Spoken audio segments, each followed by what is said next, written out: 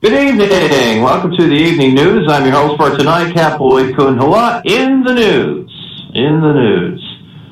This past Sunday was the Grammy Awards, an evening that partook of its usual controversy as Toronto native artist Drake, who won the award for Best Rap Song 2018, was cut off early from his acceptance speech. It was denying his fans a chance to hear him thank people they never knew and don't really give a shit about anyway. Like, who are these people? Nobody cares. Also on the red carpet, it appears that Cardi B was being eaten alive by a giant sea anemone. This year marks the 61st annual Grammy Awards, which means that for the past 31 years, the Grammys have been old enough to not know who the fuck are these new artist recipients are. Who are these? I don't know these guys. Do you know these guys? I don't have a clue. Anyway, I don't know. All right. In scientific news, it's recently been revealed that a sperm cell contains about 37.5 megabytes of information. There's about 100 million sperm cell eggs per milliliter. The average ejaculation is about 2.25 milliliters. It takes about 5 seconds. Makes the average bandwidth of a human penis to be 1,687 terabytes per second. Now, this may be difficult to understand, but I know that's a lot of information for you to swallow. Okay. Now, in England this week, it was revealed that England has an evacuation plan for the Queen if Brexit goes badly. Really? I mean, you expect the Queen to flee from a bunch of MAGA hat wannabes? We're talking about someone who, during World War II, when Hitler, the Luftwaffe, and her own uncle were conspiring to personally kill her, you know what she does? She rides out the Blitz in London working as an engine mechanic on ambulances.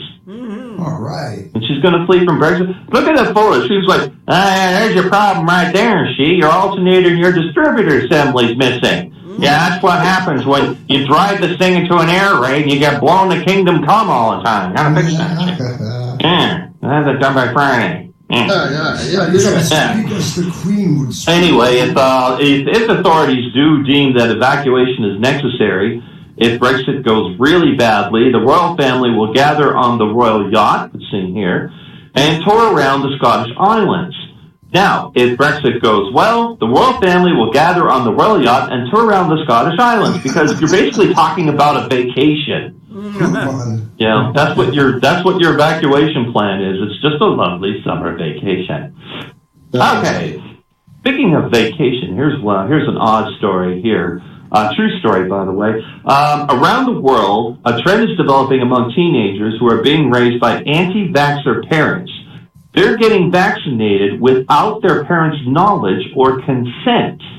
In Australia, teens are taking advantage of a law that states that when you turn 15, you can receive medical care without your parents' consent or knowledge. Now, in America, teens are crossing state lines and even heading into Canada to get vaccinated during March break under the guise of going on ski vacations. And their parents are completely oblivious to the whole thing. And I'm thinking, what a time to be alive, when teenagers not only think they're smarter than their parents, but they actually are. Right. Now, while investigating Trump finances, new details about Trump real estate deal between the president and a Russian-Ukrainian real estate developer named, and I am not making this up, this is his actual name, Pavel Fuks. I hope that this becomes a major story. I just want to see people trying to read this name on the news all the time. Please. It's going to be so much fun watching this. Now, during the show, I have been asked that whenever I say his name out loud, I have to display his name on the screen to be clear about what I'm talking about. And to that I say, Fuks, yeah. No. Okay. Now, Trump was in talks of put his name on another tower in Moscow, to which Fuks offered to pay $10 million in installments, but Trump refused, and he said he wanted $20 million up front. This is awfully strange, as it's usually the president who pays for Fuks. Also, turning down $10 million? Back then, Trump's financial advisors told him, take the money for Fuks' sake.